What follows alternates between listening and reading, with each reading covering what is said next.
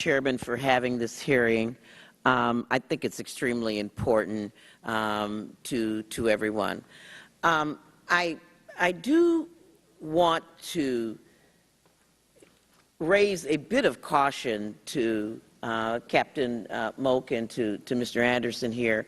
I have heard you say continuously that you want the bank to be reformed and not dismantled. I've clearly heard that, but I want you to be clear that this hearing is about whether or not we are going to reauthorize this bank, and the authorization is going to expire in 90 days or so. And there are not many days left in this session. Our chairman has been very articulate in indicating that he does not believe in this kind of government activity. We had a very passionate witness, Dr. Ruge. I'm sorry that she had to leave before I had a chance to ask her some questions.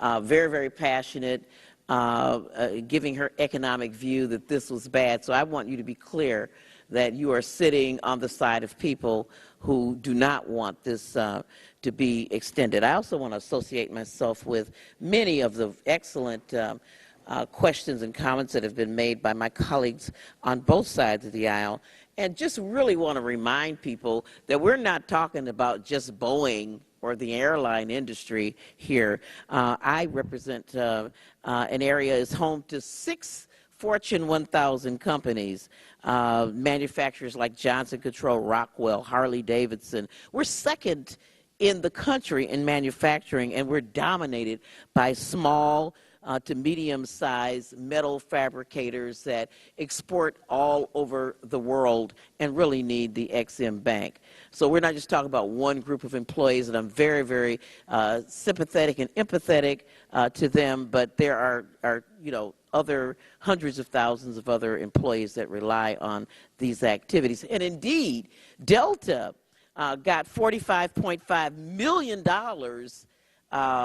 subsidy from the Export-Import Bank for their engine maintenance services. 400 jobs that relied on the Export-Import Bank in order to do maintenance, I believe, for Brazil. I see you shaking your head over there. Maybe I'll give you a chance to answer.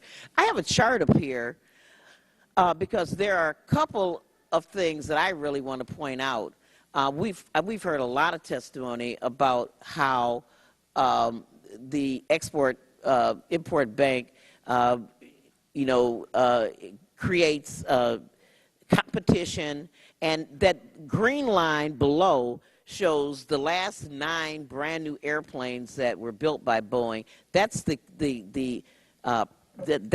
is the interest rate and the price that they paid as compared to the commercial bank financing rate in the red, and the blue line there is the OECD agreement, the gentleman's agreement that we've heard so much about with regard to what export credit agencies can provide. So Delta is buying planes at that level, at that green level. We are not squeezing out the private sector. One other thing that I continued to hear over and over again was about the Cliff Mine in Michigan, and how the Export-Import Bank was creating an uncompetitive situation.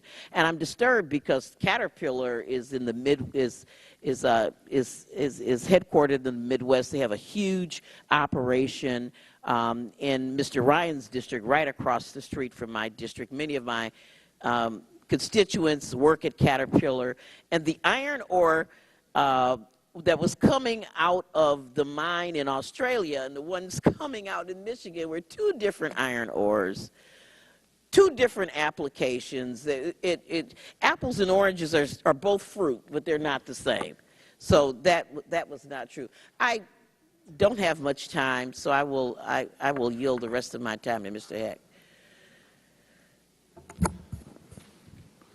I'd just like to make the point that the threat to American manufacturing base is existential. It's very real. As we sit here, the Chinese, at considerable state investment, are developing an airplane to compete with both Airbus and Boeing, the C919, I believe. They have an export credit authority that is larger than ours, that is a larger percentage of their GDP than ours, and be assured that when they successfully complete development of their airplane, they will compete with us on the open market. More to say later. Time of the gentlelady has expired. The chair now